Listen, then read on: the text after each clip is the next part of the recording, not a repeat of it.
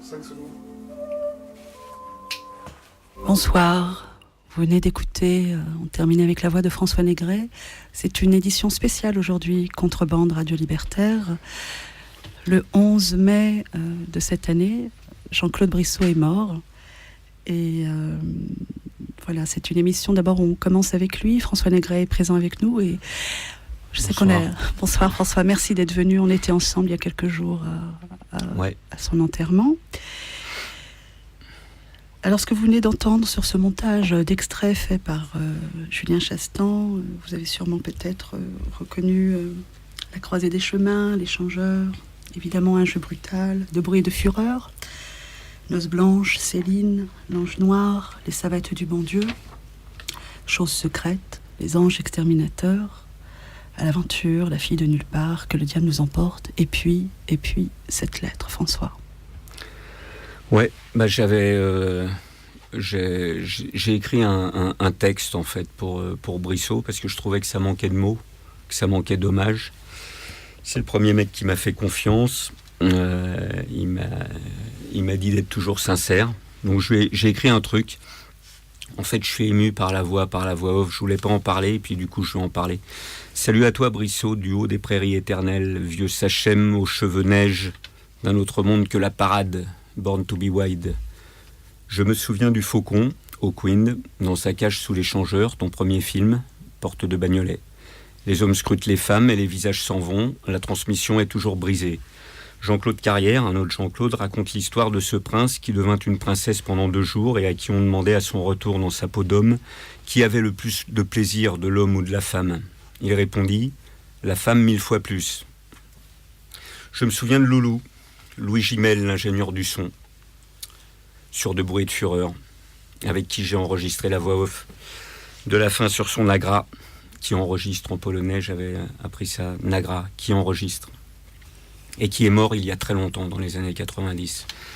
Je me souviens de Bruno Kremer, aussi en 2010, à qui tu faisais dire à un moment, il n'y a rien du tout, rien qu'un grand trou noir à la fin.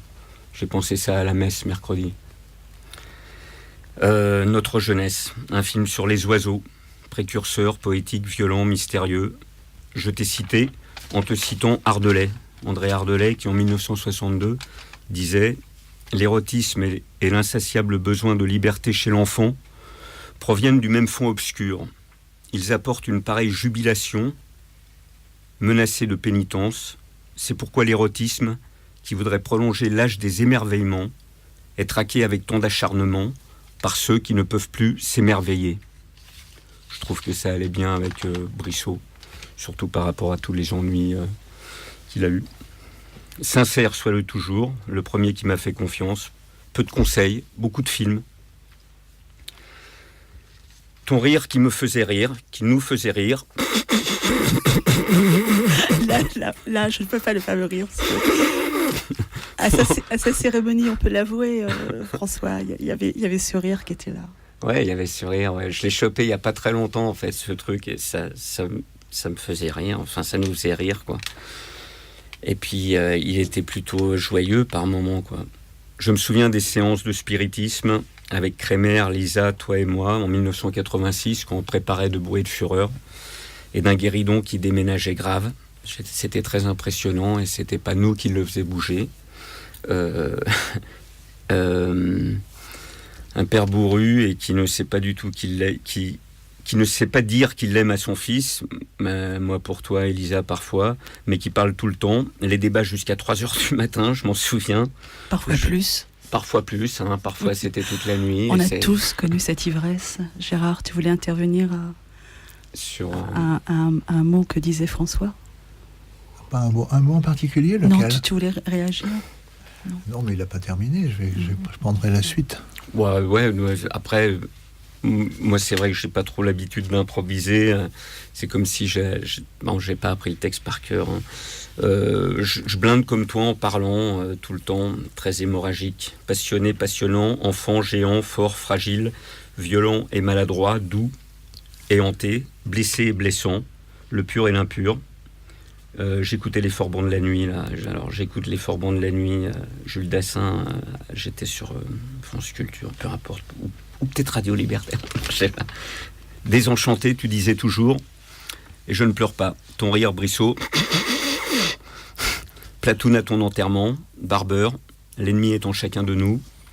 Je me souviens de Platoon aussi, dans les années 90, 90s.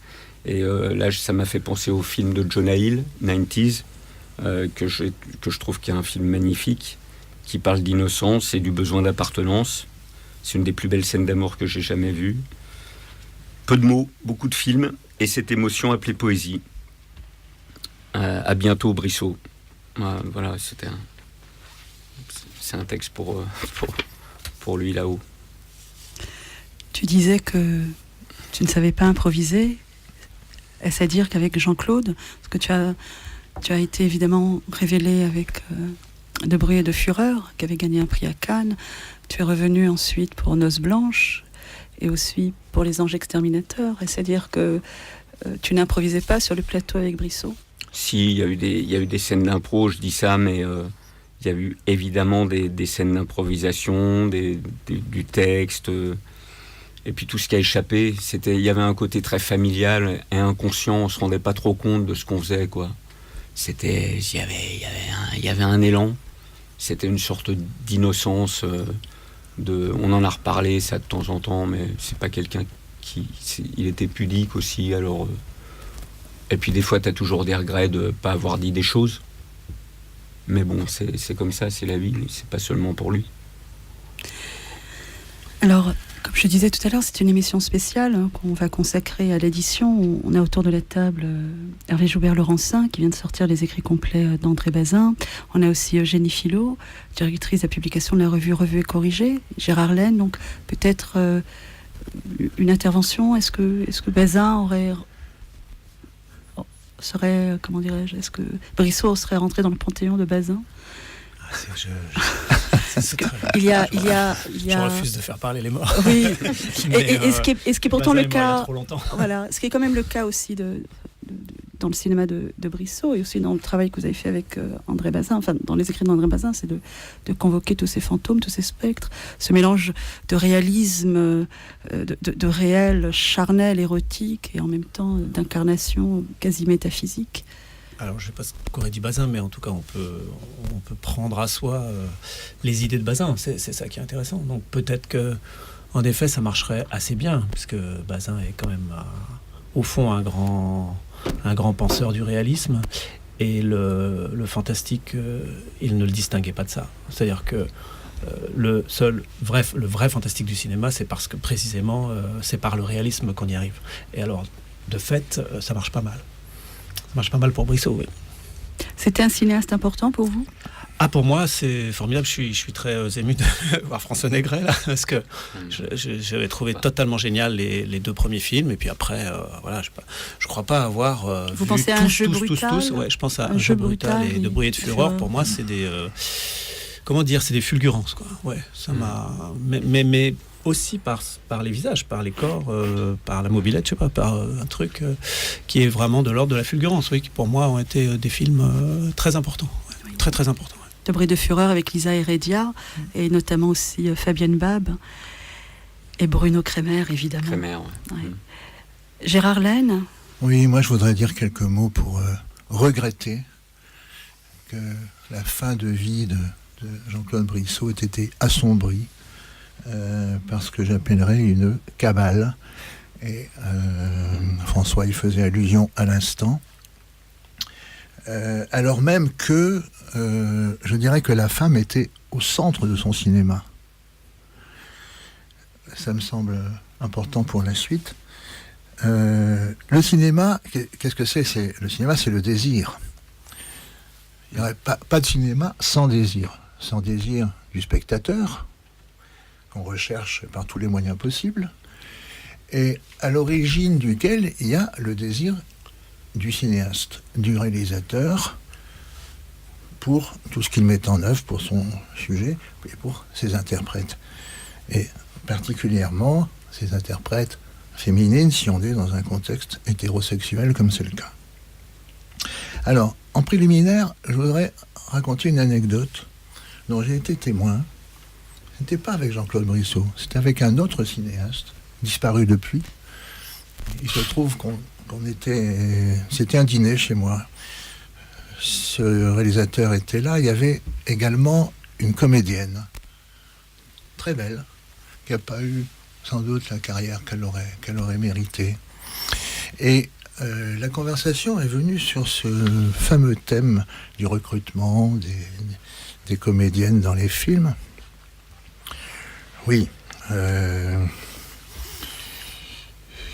c'est quelqu'un qui n'arrêtait pas de dire quand même il faut pour faire ça il faut coucher, oui il faut alors moi je veux pas, et puis bon elle n'arrêtait pas de se plaindre comme ça. Et au lieu de lui répondre complètement en disant mais non c'est faux, ça n'existe pas, mon ami cinéaste s'est mis à lui expliquer savamment et subtilement combien c'était indispensable que l'auteur éprouve ce désir intense qui peut aller naturellement jusqu'à une relation très étroite, parce qu'il n'y aurait pas l'ange bleu, enfin bon, Marlène Dietrich, si Sternberg ne l'avait pas regardé comme ça, il y aurait Orson Welles regardant Rita Hayworth, Jean-Luc Godard regardant Anna Karina, François Truffaut. Et François Truffaut, qui est l'homme qui aimait les pratiquement femmes. toutes ces actrices l'une après l'autre. Voilà, c'est encore une autre anecdote qui me rappelle Claude Chabrol nous disant un jour comme ça d'une comédienne que je ne citerai pas. Il disait qu'elle elle couchait à chaque fois. Et pour elle, ça fait partie du métier.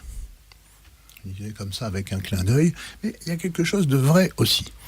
Alors, c'est tout ceci pour dire que le désir, en l'occurrence, est complètement à la fois inévitable, incontournable, qu'il est là, et que le nier est complètement absurde. Hein. Alors, qu'est-ce qui s'est passé ? Il s'est passé qu'on a porté plainte contre Jean-Claude Brissot, pour abus sexuels. Il n'y a pas eu touché. Il n'a jamais touché personne. Ça a été bon. Donc pas d'attouchement, comme on dit. Bon. C'est un premier point. Le deuxième point, moi je ne veux pas en juger, naturellement, on ne va pas faire là-dessus des. La chose est arrivée au tribunal et puis ça s'est fait, ça n'est pas très bien passé pour lui. N'empêche que la question que je me pose un tout petit peu, c'est que qui a porté plainte contre lui ? Il s'agissait d'auditions, il s'agissait de passer des auditions pour savoir si telle ou telle actrice, débutante ou non, serait dans son film. Je constate seulement que celles qui a porté plainte ou celles qui ont porté plainte sont celles qui n'ont pas été retenues pour jouer dans les films. Je ne veux pas en tirer de conclusion, mais on constate simplement. Alors, ce qui s'est passé ensuite, à la suite de ça, c'est qu'un mouvement féministe avec beaucoup de guillemets, hein, parce que pour moi le féminisme c'est pas ça. Pour moi d'ailleurs le grand féministe en l'occurrence c'est Jean-Claude Brissot. Alors il y a eu une manifestation à la Cinémathèque française. Ça c'était juste après, dans la foulée de la tristement célèbre affaire Weinstein. C'était fin 2017 et il y avait en particulier un hommage organisé par la Cinémathèque à Roman Polanski, et il y a donc eu une manifestation, ça a été une trentaine de personnes, mais quand même, d'un mouvement qui s'appelle Oser le féminisme, très mieux d'oser autre chose, mais qui, en l'occurrence, a semé le trouble. D'autant plus que l'hommage suivant qui était prévu, qui était déjà organisé, qui était déjà préparé, c'était pour Jean-Claude Brissot. Ça devait se passer 2 mois plus tard, ça peut se passer au début 2018, et en l'occurrence, cet hommage n'a jamais eu lieu, et Jean-Claude Brissot n'a jamais pu le voir. C'est une catastrophe. Voilà, ça c'est vraiment... Ça a été une catastrophe et une tragédie. C'est comme dans le film de Fritz Lang, oui. You Only Live Once, où Henry Fonda a été condamné, a fait sa peine, et dans cette Amérique puritaine, chasse à l'homme, n'aura cesse de le poursuivre parce qu'une fois coupable à vie. Alors, je dirais qu'une seule chose pour terminer, c'est que à la suite de cette manifestation, de ce mouvement qui, à l'époque, avait fait du bruit, tous les médias s'en sont fait l'écho. L'hommage prévu à Jean-Claude Brissot a été annulé par la Cinémathèque. Pourquoi ? Parce que il y a eu des pressions. Alors là, quand on commence, pour l'instant, c'est une rumeur. Ne faisons pas de rumeurs, Gérard. On est dans l'hommage à Jean-Claude. Voilà. Et... Non, c'est ce que je veux dire. Ce que je veux dire, c'est que je ne vais pas dire aujourd'hui telle ou telle personne a menacé la Cinémathèque de supprimer des crédits s'il y avait cet hommage à Jean-Claude Brissot. Bon, il faut quand même la nommer. On va nommer Marlène Schiappa. Bon, pourquoi je la nomme ? Parce que, pour l'instant, ça n'a pas été prouvé. Il n'y a pas de preuve de ça. Mais alors, si c'est faux, il faut que Marlène Schiappa fasse un démenti. Qu'elle dise non, je n'ai pas fait ça, je n'ai pas dit ça. Alors c'était il y a 2 ans, on attend toujours le démenti. Et là-dessus, je voulais terminer. Nous avions, souviens-toi, rendu hommage quand il a fait son dernier film avec Fabienne Bab, Que le diable nous emporte, qui était, je terminerai sur cette... nous reviendrons sur Jean-Claude Brissot avec ses comédiennes, ses comédiens, et notamment surtout sa compagne, sa muse égérie, Elisa Heredia, sans qui le cinéma de Brissot n'existerait pas. Je voudrais juste terminer sur une citation de Jean-Claude qu'il a accordée au Monde. Je crois donc aux présences. Je crois que nous avons une vision partielle et partiale du monde. Je crois qu'il y a des choses derrière les choses. Et c'est cela que le cinéma doit montrer. Alors, vous venez d'entendre des voix, notamment, nous avons basculé de cet hommage à Jean-Claude Brissot à la voix de François Truffaut, un autre cinéaste qui aimait aussi les femmes et qui parlait d'un homme qui était à la fois, je me tourne vers Hervé Joubert-Laurencin pour avoir son accord.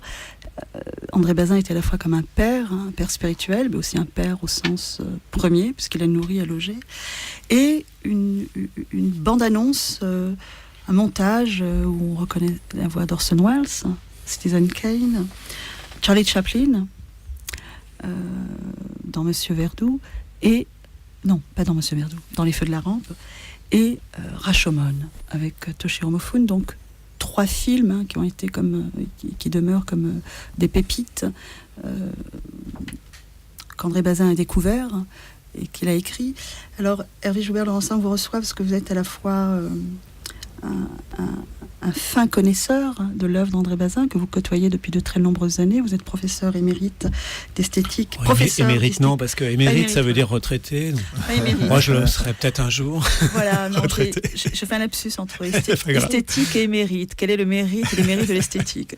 L'histoire du cinéma, surtout à Paris-Nanterre, et vous avez publié de nombreux ouvrages, des colloques, des textes, des publications sur l'œuvre de Bazin. Et l'année 2018, c'était le centenaire de sa naissance, et aux éditions Macula, vous avez publié ces écrits complets qui sont un coffret en 2 volumes extraordinaire dans un noir incandescent avec un choix de photographies extraits de films et 52 illustrations, 2848 pages, 2700 textes qu'André Bazin a écrits en 15 ans, entre décembre 1942, il est né en 1918, donc, et en décembre 58, il est mort à 40 ans d'une leucémie. François Truffaut était en pleine post-production de son film des 400 coups. C'était le premier jour de tournage. C'était le premier jour de tournage. Premier jour de tournage des 400 coups. Et à la fin de la journée, il est venu voir Bazin le veiller au moment où il allait mourir. Ce qui est quand même un hasard assez extraordinaire, qui est très signifiant historiquement. C'est vraiment... Parce que c'est vraiment le lancement de la nouvelle vague. Et on se retrouve l'année suivante avec Truffaut à Cannes, alors qu'il était quasiment interdit à Cannes parce qu'il a été devenu, lui, un critique d'une d'une extrême violence comme ça contre les autres, c'est-à-dire le contraire de Bazin au fond, même si c'est un grand critique, Truffaut d'ailleurs, ses écrits viennent aussi d'être publiés. Toute une partie de ses écrits qui sont justement cette partie assez violente qu'on connaissait mal, qu'il n'avait pas republié lui-même, qui était dans la revue Art, où Bazin n'a pas écrit. C'est quand, en gros, Truffaut a échappé à Bazin, en quelque sorte, dès qu'il est devenu, dès qu'il a fait son premier très très grand texte, très très fameux, très célèbre, qui dégommait tout le cinéma précédent, le cinéma dit de la qualité française, le cinéma de papa, pour dire il faut faire un autre type de cinéma en défendant quelques auteurs.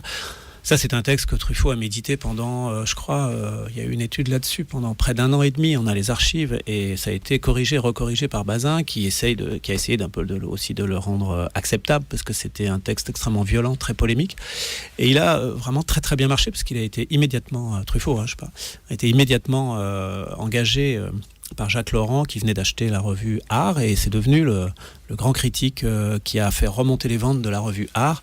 Donc Truffaut est passé en gros à l'extrême droite, pendant un temps. Et il a été avec les écrivains dits les hussards. Et c'était pas du tout Bazin, puisque Bazin, au contraire, était quelqu'un qui venait de l'éducation populaire, dont on fait un catholique, mais puisqu'on est sur Radio Libertaire, c'est encore plus facile pour moi de dire, comme je dis d'habitude, que ce n'était pas un curé, justement. Enfin, il ne faut pas en faire un calotin du tout. C'est quelqu'un qui a vraiment été formé dans des écoles d'instituteurs, qui étaient plutôt le contraire de ça. Il était destiné, d'ailleurs. Voilà, c'était un laïc. Il était destiné à devenir... voire même plus qu'instituteur. D'abord instituteur, puisqu'il a fait une école d'élèves instituteurs, il a eu un à La Rochelle. Et ensuite, comme c'était le premier de la classe, on lui a dit de faire une année supplémentaire pour préparer Normale Supérieure. Et finalement, il a été intégré à Normale Supérieure. Mais pas de chance, c'était la guerre. Pétain venait de passer et qui a fait un premier décret qui a fermé toutes les écoles normales, parce que c'était censé être un endroit avec les gauchistes qui avaient fait perdre la guerre à la France, etc. Donc, tout ce qu'il avait fondé dans toute sa jeunesse et tout son apprentissage très long, très très complet, s'effondrait, parce qu'il pouvait plus être. Il y a eu une autre chose par le régime de Vichy, a immédiatement fermé aussi une partie de l'éducation nationale qui était celle de Bazin, qui était l'école primaire supérieure, qui n'est plus jamais revenue dans l'éducation en France, et que Bazin défendait. C'est d'ailleurs son premier texte, c'est le premier texte qu'on publie en termes de chronologie, dans les écrits complets qui en comptent, vous l'avez dit, 2700. On commence par celui du cinéma, mais on a quelques annexes, et notamment dans les annexes, il y a le seul texte écrit par Bazin qui ne soit pas sur le cinéma. Et le seul texte qui n'est pas sur le cinéma, on le trouve en premier dans les varias, ce qu'on appelle les varias, à la fin du livre, c'est un texte sur le système éducatif français, qu'il connaissait mais très très bien. Et en écrivant la présentation de ce livre des œuvres complètes de Bazin, je me suis aperçu qu'au fond, j'avais pas été au bout de la question. En fait, c'est pas parce qu'il bégayait que Bazin n'a pas été recruté comme professeur dans l'équivalent du CAPES pour devenir prof. C'est surtout qu'il a eu devant lui une nouvelle France, une France fasciste, et qui avait supprimé les écoles normales, et son travail n'était plus possible. Et ça a sans doute beaucoup fait pour que, au lieu de devenir instituteur, au lieu de devenir inspecteur de l'éducation nationale ou je ne sais quoi, il est devenu critique. Parce que c'est le moment où il a découvert le cinéma. Comment a-t-il découvert le cinéma ? Parce qu'il a une formation, revenons sur Bazin, il a une formation à la fois, c'est un cocktail détonnant, à la fois une éducation religieuse et une éducation laïque de haut niveau. Donc, c'est ça, oui, c'est vraiment un Français, Ça pourrait être un Italien aussi, c'est vraiment un Français de son époque. Comment le cinéma est rentré dans sa vie ? Il est rentré presque pas par hasard, mais c'est vrai que il n'en voyait pas pendant son enfance. Et sa formation religieuse, c'est plutôt par ses parents, et c'est plutôt les petites classes.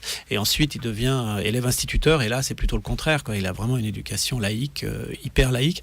Et le cinéma vient au moment de la drôle de guerre, quand il a été incorporé, puis immédiatement désincorporé. Il s'est retrouvé à Bordeaux, et là, il a rencontré un type dont les parents tenaient un cinéma. Il a commencé à voir beaucoup de films avec lui. Et puis, il est revenu à Paris, et il est devenu cinéphile brusquement. C'est-à-dire, en quelques années, il a remonté la pente de tout ce qu'il n'avait pas vu quand il s'intéressait qu'à la littérature, qu'à la science, qu'à apprendre tout pour être un super instituteur.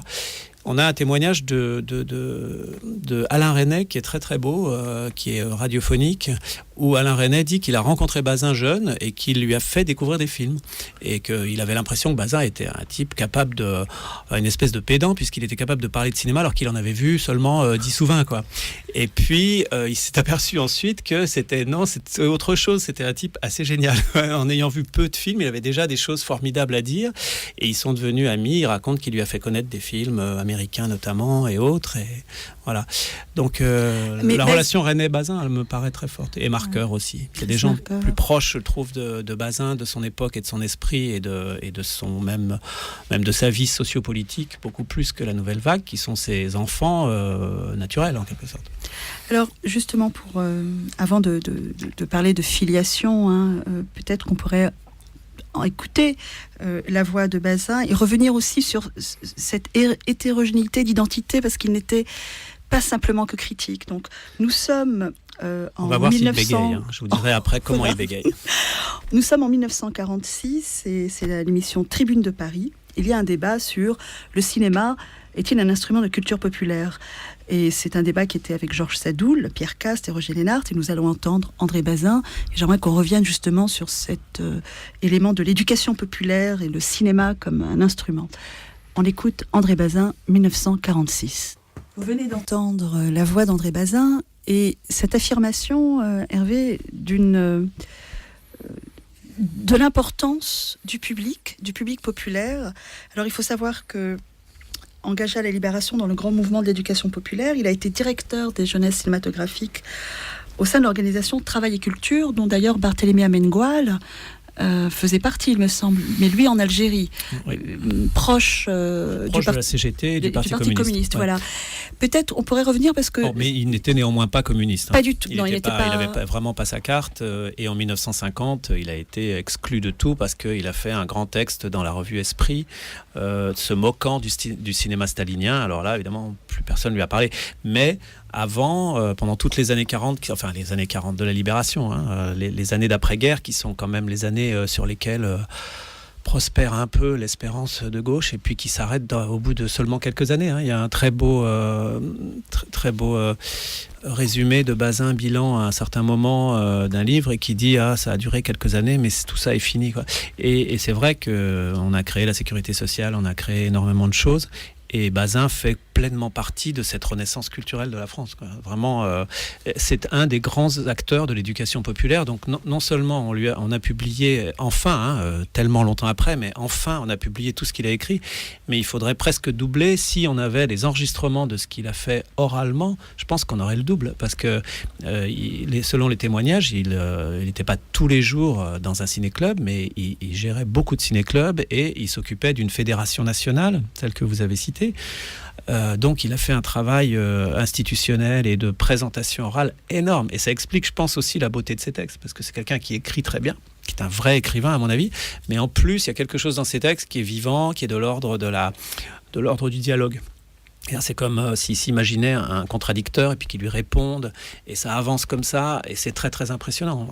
C'est à la fois dissertatif et complètement dialogique. C'est vraiment un dialogue à l'intérieur même du texte. Et ça, moi je suis persuadé que ça vient de cette capacité orale de transmettre le cinéma en discutant avec la salle, en écoutant ce qui se dit, en répondant, etc. C'est très important. Donc oui, il a eu une place énorme qui est vraiment historique, réel. Alors on n'en sait pas assez, parce qu'on ne travaille pas assez sur... Il y a des gens qui travaillent sur le passé de l'éducation populaire, mais on n'en sait pas assez. On ne sait pas exactement tout ce qu'il a fait, mais on a assez de témoignages pour savoir que c'est un très gros travail. Et l'éducation populaire, elle existe encore aujourd'hui, mais elle est dans une mauvaise passe en ce moment. Vous pensez que c'est ce qui explique le fait que lui, parmi tant d'autres, résonne encore, alors que ce qui est quand même assez admirable avec le travail que vous avez fait, c'est que jusqu'à cette édition de ces œuvres, quasi ses écrits complets, nous n'avions à peine que 10% de ses écrits. Donc, oui. Comment... On pensait que c'était plus tout de même. Enfin, on avait l'impression que c'était plus, tellement c'était dense. C'est-à-dire, les 10%, effectivement, on publie avec ce livre 90%, disons, de nouveaux textes de Bazin par rapport à ce qu'on connaît, puisqu'ils sont seulement sortis de son vivant. Et beaucoup de livres ont été faits, enfin plusieurs livres ont été faits, mais petit à petit ils ont disparu. Mais même si on met tous les livres bout à bout en les trouvant chez des soldats, ça ne fait que 10%. Vous pensez notamment à qu'est-ce que le cinéma, Voilà, cinéma de la cruauté. Qu'est-ce que le cinéma déjà il existe toujours aujourd'hui. C'est vraiment le livre le plus vendu des éditions du Cerf depuis toujours. C'est un peu la Bible de la cinéphilie, de la critique. Hein, mais il n'est je crois que Eugénie Philo hoche de la tête.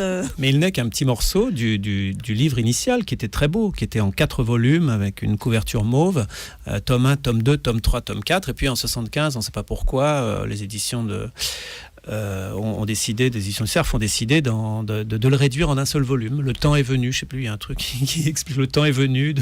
On ne sait pas pourquoi le temps est venu, mais on a perdu, je ne sais pas, 80 articles déjà. Donc déjà, tous ces articles perdus, c'est bien, on en avait retrouvé certains dans une autre édition due à Jean Narboni dans les années 80. Mais en gros, j'ai fait le calcul, depuis que Truffaut lui-même est mort, prématurément d'un cancer en 84, plus jamais rien n'a été publié de Bazin. Et Truffaut a beaucoup aidé, parce que Truffaut, Bazin l'avait quand même sorti de prison, sorti d'abord d'un lieu d'enfants,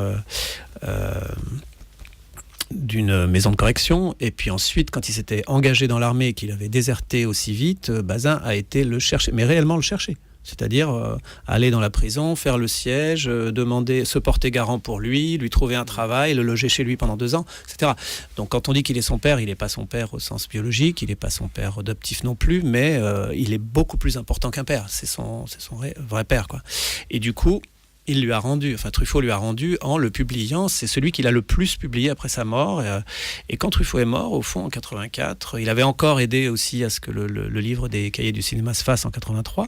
Puis après, plus rien, quoi. Donc, je suis extrêmement heureux qu'enfin on ait pu faire ça, grâce à un éditeur qui a fait un boulot énorme et qui a pris un risque énorme de faire un livre aussi gros, la famille qui a fini par être d'accord, son fils a donné l'autorisation, donc tout ça c'est... Voilà, parce que ça faisait juste 30 ans qu'on l'attendait, enfin 50 ans qu'on l'attendait, et donc c'est quand même assez formidable, oui. François Négret, est-ce que... On sait tous, enfin on sait les proches, même que Jean-Claude est grand cinéphile, grand érudit. Ouais. Est-ce que Bazin était quelqu'un qu'il avait lu, qu'il citait? Alors ça, je sais pas. Je suis pas. C'était pas trop dans les critiques, mais c'est vrai que moi, il m'a beaucoup montré Veracruz. Burt Lancaster dans Veracruz, qui joue le méchant face à Gary Cooper, Robert Aldrich, de manière très candide. Et c'était connecté à ce qu'il me disait d'être sincère, quoi. Il le joue avec un grand sourire. Et il fait le mal de manière très désinvolte et inconsciente. Ça, c'était vraiment le modèle que j'ai eu pour jouer Jean-Roger Roffi dans Debout et de Fureur. Mais après, il m'a montré plein de trucs. Comme il était passionné, c'était passionnant, quoi. Je crois que ses élèves de la FEMIS ont des super souvenirs de lui. Rebecca Zlotowski, enfin, plein d'élèves qui l'ont connu, quoi. Ford, je me souviens de L'Homme au bras d'or, qui m'avait montré, il aimait bien Sinatra, mais il aimait surtout beaucoup Dean Martin, lui. Lui, son préféré, c'était Gary Cooper. Alors, il jurait que par Gary Cooper. Comment ne pas craquer pour Gary Cooper, Eugénie Philo? Gary Cooper. Les grandes figures d'amour. Hitchcock, il m'avait montré L'Auberge de la Jamaïque, que j'ai revu il n'y a pas longtemps, quand les énormes caméras passaient et qui devaient soulever les murs pour que les caméras passent. Alors avec Joseph Cotten qui faisait un mouvement bizarre, là il me montrait, il décortiquait et tout. Pourquoi est-ce que Cotten faisait ça? C'était pour laisser passer la caméra. Bon, c'est passionnant. Et puis moi j'étais allé à bonne école parce que mon père m'avait emmené beaucoup au cinéma. Et puis j'ai continué, je bouffe beaucoup de films. C'est pour ça, là j'ai vu 90s, donc je parlais de 90s. Jonah Hill, à ne pas rater. Puis aussi le film argentin, je ne sais pas si vous avez vu Meurs, monstre, meurt. Qui est vraiment un super film. Le mec qui avait fait Los Salvares, Les Sauvages. Bon voilà, c'est de toute façon, ouais, j'aime bien ça. On sent chez André Bazin une passion dévorante qui l'habite, une sorte de consommation, puisque vous évoquiez à la fois l'importance quasi éthique, politique de l'éducation populaire, à la fois être critique, ce n'est pas simplement écrire et rester chez soi. Mais c'est voir tous les films. C'est voir tous les films. Ouais. Mais il avait une activité éditoriale très importante parce qu'il pouvait à la fois revenir sur un même film plusieurs fois. jamais le même J'ai compté texte. jusqu'à 7 fois. Jamais au le même, maximum. voilà, jamais le même texte. Ça, Et de c'est son énorme. premier texte en 1942, que je vais vous lire, un extrait jusqu'à la fin, en 58, décembre 58, il n'a eu cesse de s'interroger sur mais qu'est-ce que la critique ? Quelle est ma légitimité ? Qu'est-ce que ce travail ? Donc il est à la fois journaliste, écrivain de cinéma, critique, animateur, responsable de ciné-club. Il arpentait la France. Il y a de très beaux textes dont le Festival de Cannes rend ses palmes et ses prix aujourd'hui. Il faut relire les premiers comptes rendus d'André Bazin à Cannes. C'est jubilatoire parce qu'il avait aussi une plume acérée. Mais j'aimerais, avant qu'on passe à un hommage à Jean-Claude Brissot par une musique, j'aimerais vous lire simplement pour qu'on entende le texte et non pas la voix d'André Bazin. Premier texte publié en décembre 42. Peut-on s'intéresser au cinéma ? Réponse. Non, ce n'est pas l'affaire d'un critique sérieux. Le cinéma, c'est de la sous-crotte de bique. Entre parenthèses, Paul Soudet. Le cinéma avait quelques 20 ou 30 ans de moins que Paul Soudet. Il ne faut pas être trop jeune pour plaire aux critiques vieux. Mais combien d'étudiants, aujourd'hui, semblent penser comme l'ancien pontife du temps ? Cherchons les raisons d'un tel mépris. Les concierges vont au cinéma, et la foule fait la queue à la porte des salles. En voilà peut-être assez pour inciter le mépris des intellectuels en un temps où les œuvres des poètes sont tirées à quelques centaines d'exemplaires. Le cinéma est un art populaire, audi profanum vulgus. Et un petit peu plus loin, continue. Sans doute les gens intelligents sont bêtes quand il faut découvrir les nouveautés qu'offre la vie. Leur attitude est pourtant explicable ici. S'ils méprisent les films comme des œuvres qui plaisent à un public sans culture, c'est qu'eux-mêmes cessent d'être les gens cultivés quand ils vont au cinéma. Radio Libertaire Contrebande, toujours avec Hervé Joubert-Laurencin pour les écrits complets d'André Bazin, François Négret qui est toujours présent avec nous et qui nous accompagne dans cet hommage à Jean-Claude Brissot, et Eugénie Filot de la revue et corrigée. Alors, nous venons d'entendre René Fleming, le chant à la lune de Dvorak. C'est toute cette bande sonore musicale et pour Jean-Claude. C'est pour toi, Jean-Claude. Justement, ce lyrisme, ces voix célestes, c'est le lien que je fais entre Brissot et Bazin. C'est la question de la foi et la question de la croyance, qui n'est pas propre à Bazin, mais qui est comme une toise, une conviction, un désir, un militantisme, mais noué aussi à une éducation religieuse qu'on ne peut pas évacuer. Vous avez dit tout à l'heure, c'est un Français. Et justement, je voudrais qu'on revienne sur cette notion de chrétienté, humanisme laïque, de ce cinéma de la croyance. C'est pas très facile pour moi. J'ai le même problème, ça doit être personnel, je sais pas, même problème qu'avec Pasolini. Oui, parce que Pasolini aussi, j'ai beaucoup travaillé sur Pasolini, et c'est la même chose. Pasolini était athée, je pense que Bazin finalement était athée, en tout cas dans son âge adulte. Au moins agnostique, comme l'a dit Gérard Laine avant de quitter le studio, par un témoignage direct, quelqu'un qu'il connaissait bien et qui était un chrétien, qui considérait que Bazin était agnostique. Je pense que c'est tout à fait juste. C'est-à-dire que je pense qu'il a, ce que dit la biographie qui existe, c'est qu'il aurait perdu la foi justement au moment de l'entrée en guerre en 1940. C'est possible. Maintenant, je sais pas. Alors, ça n'empêche pas de douter, comme disent les chrétiens et les croyants, et c'est tout à fait respectable. Alors ensuite, la relation qu'il a avec une pensée qui serait liée au cinéma, parce que la question, elle est là, je pense. Votre question, c'est aussi la relation de la croyance dans les images, la croyance dans le monde. Enfin, Deleuze parle de ça, Gilles Deleuze, le philosophe, parle de ça en disant qu'il y a en n'en faisant pas quelque chose justement ni de chrétien ni de religieux, mais une croyance dans le monde. Comment faire du cinéma si on ne joue pas avec la croyance dans le monde ? Voilà. Donc il faut bien croire à quelque chose, croire que le monde existe si on fait du cinéma. Alors là, en ce sens-là, qui n'est en aucune façon religieux. Enfin, sinon peut-être dans la relation au sacré, à la question du sacré, mais pas à la relation de la... pas dans le mythe religieux. Et alors dans ce sens-là, oui, Bazin forcément est très réceptif et il y a une partie de son vocabulaire qui est un vocabulaire qui reprend, mais de même qui reprend le vocabulaire de la philosophie et qu'il fait de la photographie aussi, parce qu'il parle de révélateur du réel. Ouais, mais alors de vraiment montage interdit. C'est vrai. Il a lancé comme ça des notions un peu réalisme ontologique. Là, je suis presque dans le mythe Bazin qui a été construit. Ouais, moi c'est ce que j'appelle un peu le basinisme, c'est ça, c'est-à-dire déconstruisez avec votre travail. J'essaie de déconstruire parce que comme maintenant on bénéficie, enfin moi je l'avais lu, donc il me semblait que c'était important de dire que c'est pas exactement ce que racontaient les professeurs Bazin, et maintenant que tout est sur la table, après tout, j'ai raison ou j'ai pas raison, chacun le dira. C'est-à-dire on peut lire comment écrit Bazin, on peut lire ce qu'il a écrit et on va bien s'apercevoir que c'est pas forcément quelqu'un qui va dire qu'on peut faire des films sans montage, parce que pour un critique ce serait quand même absurde. Donc montage interdit, on comprend que c'était seulement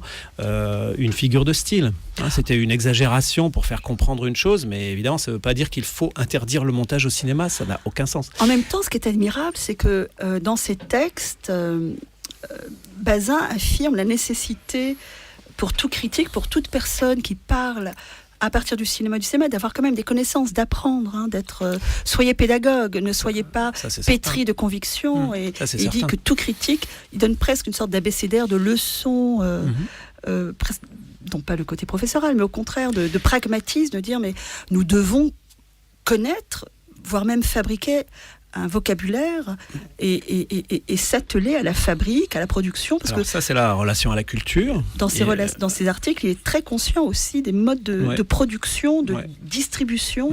C'est-à-dire que c'est aussi une des réalités de son travail de critique et pas simplement dans sa sphère élitiste qui décortique pour un plaisir narcissique, par exemple. Non, d'une part ça c'est la question de la culture, donc tout le monde a le droit à la culture et il n'y a pas de raison qu'on s'abaisse et qu'on dise des choses idiotes pour parler à des gens qui n'auraient pas de culture parce qu'on supposerait qu'ils n'en auraient pas. En fait, tout le monde peut comprendre tout, le tout c'est de ne pas parler avec du jargon, ne pas parler, ne pas se mettre dans un type de langage qui ne fait que vous mettre à part et pour parler dans un clan. Donc effectivement c'est tout le travail de Bazin qui fait que ce livre est incroyable, parce que c'est aussi, pour moi, n'importe qui peut le lire. C'est pas du tout... on est avant que... Comment dire, on est avant l'éthique. On est avant l'éthique de théoricien. Bazin n'est pas un théoricien, il est théoricien de fait. Il s'est refusé. Pas du tout. Non, il se refuse pas du tout. Non, il se refuse pas, mais il théorise complètement, sauf que il théorise comme un critique. Il a refusé de rentrer à l'IDEC, il était contre le fait qu'il y ait l'université mais ça, c'est du cinéma, enfin voilà, il avait un doute. Non, il n'est pas du tout contre l'éducation au cinéma, c'est même le principal défenseur. Moi, je fais une différence. Quand est arrivé le cinéma à l'université, ça a été une minuscule chose jusqu'aux années 80, au fond. Ça a été très tardif, finalement, le cinéma plus de masse à l'université, et l'université de masse c'est seulement l'université d'aujourd'hui. Avant l'université c'était tout autre chose. Donc la Sorbonne avec une toute petite partie de la population et le cinéma entrant à la Sorbonne sur un tout petit banc, je pense que ça Bazin considérait que c'était du temps perdu, ou en tout cas c'était un peu de peine perdue, parce que lui il était plutôt du côté des instituteurs, et les instituteurs c'était une légion énorme en France, et que si on pouvait faire parler de cinéma et emmener les enfants au cinéma avec des instituteurs, c'était quand même toute la nation, et ça c'était de l'éducation populaire.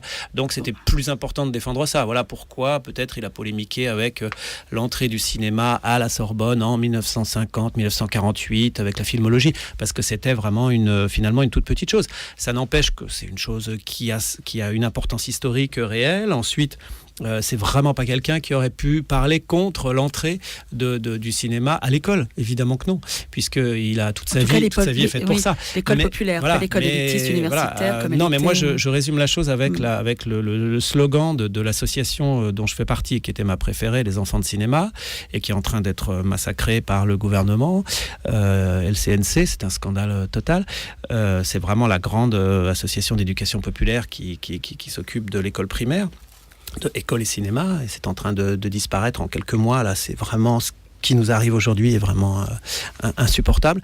Et donc le grand slogan qui aurait, à mon avis, parfaitement convenu à Bazin, c'est le cinéma de la maternelle à l'université. C'est ça l'important. C'est ça qui est formidable, c'est qu'il faut que le cinéma entre par tous les pores et qu'on fabrique des citoyens qui savent prendre le chemin d'une salle. Parce que ce qu'il faut défendre, c'est le cinéma dans la salle, même si le cinéma existe de façon évidente et très importante sur des petits écrans, de toutes sortes de manières. Mais il faut se rappeler que le cinéma, c'est quand même le premier langage et la première façon de vivre avec les images sonores qui nous a été donnée de connaître. Et donc c'est par là que toute notre relation au monde aujourd'hui, qui est complètement fondée là-dessus, le cinéma a une importance fondamentale. Et des gens qui étaient juste des critiques et qui étaient juste des cinéphiles, en fait, détiennent un savoir sur la façon de vivre dans le monde d'aujourd'hui qui est énorme. Et ça c'est extrêmement important. Donc ce qu'il faut défendre, c'est le cinéma réel pour comprendre autre chose. Il ne faut pas faire croire que le cinéma a disparu, le cinéma est mort et c'est sur les écrans et c'est Internet qui le remplace. En fait, on ne peut comprendre les images sonores que parce qu'on a cette culture qui s'est accumulée depuis 1895 et jusqu'à aujourd'hui. Voilà, donc de la maternelle à l'université, ça me paraît la meilleure chose, c'est-à-dire qu'il faut créer des spectateurs des très jeunes, des spectateurs qui savent ce que c'est qu'une salle de cinéma, tant qu'il y en a encore en France. Parce qu'en Europe et dans le monde, on ne peut pas dire qu'il y en a beaucoup. La France est une exception culturelle totale et grâce à des gens comme Bazin, grâce à des associations comme les Enfants de Cinéma, grâce à un travail, Collège au cinéma, voilà. Lycéens au cinéma, tout le travail aussi d'Arcadie. Mais cette déconstruction est à l'œuvre, hélas, n'atteint pas simplement l'éducation populaire, le cinéma. Juste avant qu'on continue, les auditeurs, auditrices n'ont peut-être pas perçu l'arrivée très discrète de Saad Chakali et Alexia Roux, deux enfants d'André Bazin. Voilà, on pourrait le dire. Je crois qu'on est un peu tous les enfants d'André Bazin, avec l'ombre bienveillante de Jean-Claude Brissot qui est avec nous ce soir. Je voudrais un petit peu de polémique, pas un peu de polémique, mais il a été traversé par la Seconde Guerre mondiale. Il a commencé en 1942 à écrire jusqu'en 1958. La question de la modernité, il a été un des artisans de la modernité dans la transmission et dans ce désir de concilier à la fois le suprême et ce qui relève du peuple, des citoyens, voilà, ce mouvement de la terre à la cosmogonie, ça, c'est l'œuvre de Bazin, qui est magnifique. Et comme vous l'avez très bien dit, on est tous autour de la table des lectrices et des lecteurs passionnés de Bazin, parce qu'il a ce phrasé à la fois direct et sublime, enfin un français comme on n'en parle plus, mais qui nous touche. Voilà, c'est ce mélange de perfection et d'acuité. En même temps, moi, je voudrais qu'on termine là-dessus avec vous sur quelles étaient ses relations avec ses pairs. Il a été attaqué par la gauche anticléricale et anticolonialiste, qui lui reprochait justement sa défense d'une civilisation un peu chrétienne, d'avoir été muet, mutique, de ne s'être pas engagé publiquement alors qu'il écrivait à France Observateur, et notamment cette période des décolonisations qu'on a connue de 47 jusqu'à 62, et avec une attaque assez virulente de Gérard Gosselin que vous présentez, qui, dans un numéro 46 de juin 62, donc c'est-à-dire 3 ans et demi après sa mort, n'a pas hésité à associer André Bazin à McCarthy et à la torture par électricité de ce sinistre général Massu. Ouais. Je crois qu'il faut dégonfler tout ça parce que, en gros, c'est fini. C'est-à-dire que ce sont des bagarres des années... Même pas ça commence dans les années 50, mais c'est plutôt des bagarres des années 60, aux années 70, puis ensuite il y a la traînée de ça, des gens qui se rappellent de ça, qui savent pas très bien, et puis qui continuent, mais je crois que c'est fini. C'est vraiment des bagarres catholiques communistes ou gauche calotin. Il faut dire tout de suite que Bazin n'a rien à voir là-dedans. C'est un bouc émissaire. C'est un mythe facile qui a été construit après coup, et tant qu'il était vivant, au fond, ça n'avait aucun sens, parce parce qu'il répondait très vite et on comprenait très bien ce qu'il disait. Effectivement, il travaillait aussi pour le Nouvel Obs, ce qu'on appelle aujourd'hui le Nouvel Obs, qui était un journal de gauche mais anticolonialiste qui s'appelait France Observateur, avec Roland Barthes qui parlait de théâtre et lui faisait la rubrique de cinéma, Barthes celle de théâtre. Et non, ça n'a rien à voir avec...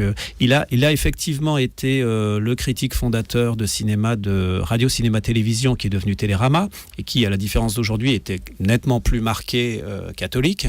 Mais il jouait pas le rôle du catholique, c'est-à-dire il jouait le rôle du critique de cinéma qui commençait à être très fameux, très célèbre, et la grande plume, ami des chrétiens sans doute, donc il avait des amis personnellement qu'il avait fait venir là.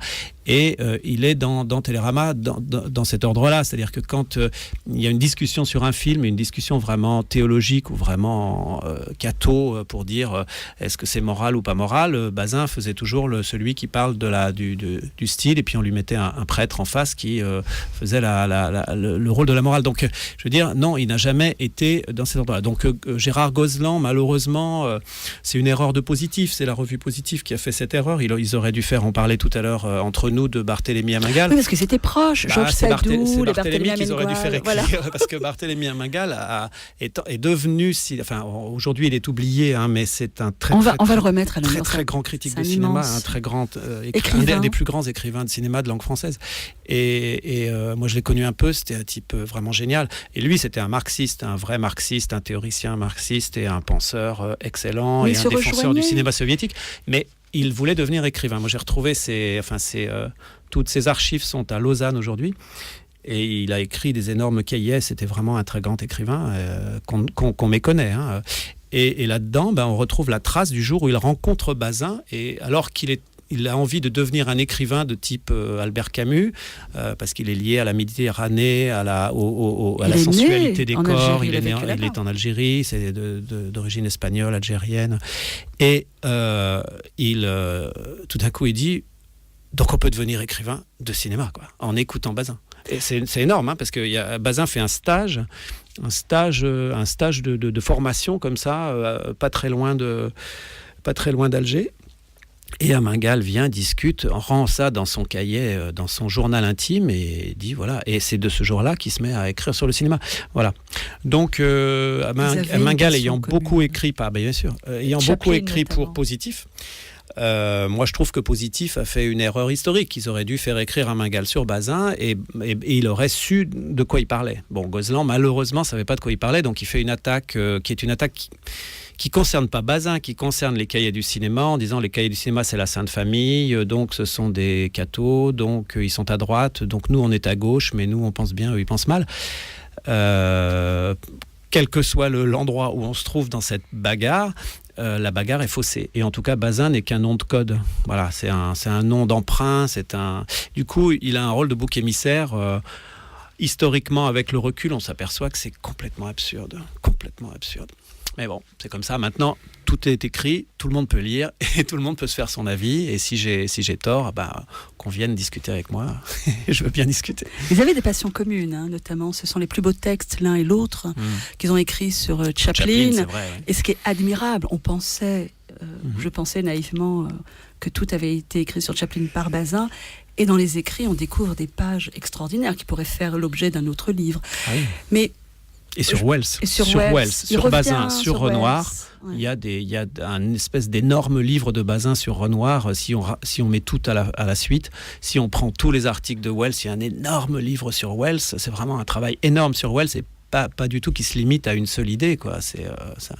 D'ailleurs, Wells, ce génie, dans Chaplin la revue Corrigée, vous avez fait votre premier numéro l'année dernière, en 2018. C'était sur Orson Welles.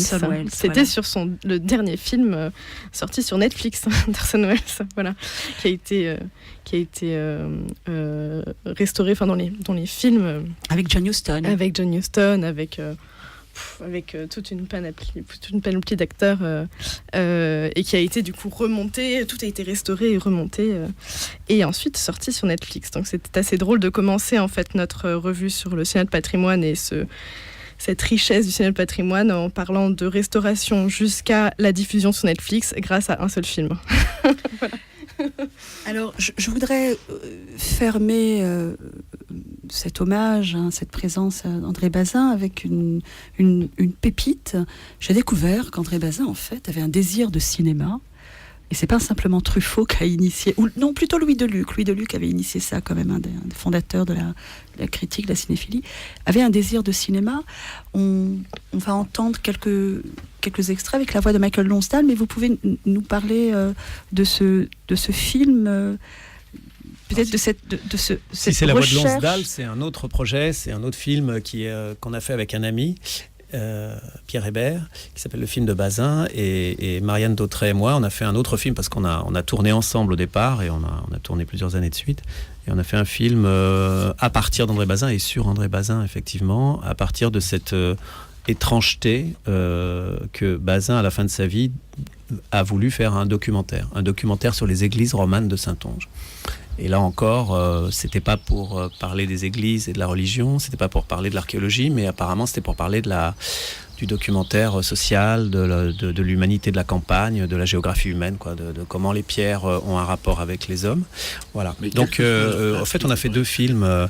Il y en a un qu'on n'a pas signé avec Marianne et qu'on a fait avec Pierre Hébert, et c'est devenu le film de Pierre, et c'est formidable. Il s'appelle le film de Bazin. Peut-être c'est ça qu'on va entendre si c'est Michael Lonsdale, parce que je me rappelle avoir participé à la prise de son. Sur les ondes. Et puis, augmente, voilà. Et nous, on a fait un autre film qui s'appelle Bazin Roman. Mais on peut l'écouter. Michael Lonsdale, parce que ça sera un texte de Bazin.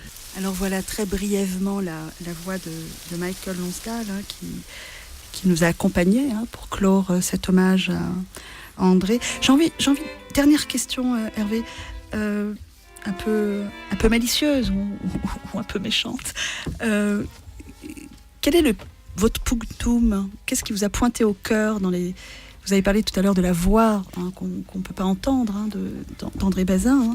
Mais quels sont les... On l'a entendu tout à l'heure. Tout à l'heure, on a entendu son bégaiement magnifique. Son bégaiement, mais je voulais parler de quand il était dans les transmissions, dans les ciné-clubs. Mais quel est le texte ou les textes qui vous ont pointé au cœur, sur lesquels vous gardez comme ça précieusement, qui vous a illuminé ou qui vous a... Le plus beau texte de Bazin, pour moi, ça a toujours été celui qui était le préféré de Barthélemy Mingal aussi, puisqu'il l'a écrit. C'est sur Paris 1900 de Nicole Védresse. C'est un texte totalement génial, dans lequel il y a une sorte d'alexandrin interne qui reprend un alexandrin de Mallarmé, tel qu'en lui-même enfin l'éternité le change. Voilà. Et qui reprend le tombeau d'Edgar Poe pour le faire passer au cinéma, tel qu'en lui-même enfin le cinéma la change. Donc le cinéma change la réalité telle qu'en elle-même enfin. C'est-à-dire la réalité existe, mais il faut quand même le cinéma pour la transformer et la transformer en elle-même. C'est-à-dire qu'on rentre vraiment dans la réalité, on rentre vraiment dans le réel avec le cinéma, parce que c'est comme ça qu'elle va devenir elle-même. Voilà. Et ça, c'est un texte magnifique qui s'appelle Paris 1900, tout simplement. Il y a 3 versions, mais il y a la version de l'écran français, c'est la plus belle. Et je me souviens avoir lu que Barthélemy Mingal trouvait que c'était l'expression la plus pure de la pensée la plus profonde de Bazin. Moi, je suis assez d'accord. En tout cas, c'est un texte incroyablement merveilleux parce qu'il est à la fois très écrit, il est très très profond. On peut y réfléchir très très longtemps. Puis en même temps, il est complètement fulgurant. C'est juste une critique. Et il dit au début, quand je vois un film comme ça, je me dis que je peux pas faire de cinéma. C'est trop beau. Enfin, ça commence comme ça et ça finit comme ça. Donc il y a quelque chose à la fois de complètement intuitif et subjectif, et en même temps complètement pensé. Et ce n'est pas un théoricien, mais ça devient une théorie extrêmement puissante par l'invention des mots, quoi, et des concepts et des idées. Voilà. Donc Paris 1900, je conseille Paris 1900, écran français 1949, je crois. 1949, mais Paris 1900, le Objectif film. 49. Mais le film de Nicole Védresse, je conseille aussi, quoi. Et Nicole Védresse aussi, j'en conseille, merveilleux. Saad, je vois que tu opines de la tête. J'opine pour 2 raisons. D'abord parce qu'on en a fait l'acquisition. Il a été édité il y a quelques temps en DVD. Et avec Alexis, on travaille dans une médiathèque. Du Blanc-Ménil. Du Blanc-Ménil, en Seine-Saint-Denis. On s'est fait évidemment un grand plaisir. Éducation populaire, André Bazin. Et puis, vous allez pouvoir acquérir notre film dans lequel il y a Nicole Védresse qui parle à l'intérieur. Parce que on en prendra bonne note. Et puis l'autre chose aussi, c'est que pour l'anecdote, puisque Nadia a évoqué le livre consacré aux archives dans le cinéma de Jean-Luc Godard. Jean-Luc Godard, dans la revue des archives du mal, il est question, à un moment donné, dans une note de bas de page, de ce que André Bazin dit du film de Nicole Védrez, justement comme machine à remonter, démonter le temps. Et en disant, voilà, il y a quelque chose dans ce film-là, dans le montage de bandes très très hétérogènes, c'est-à-dire d'actualité comme de cinéma, des articulations qui peut-être ont continué à se perpétuer dans le cinéma de Godard, notamment à partir du moment où il a commencé à monter des images comme ça extrêmement hétérogènes les unes avec les autres. Ouais.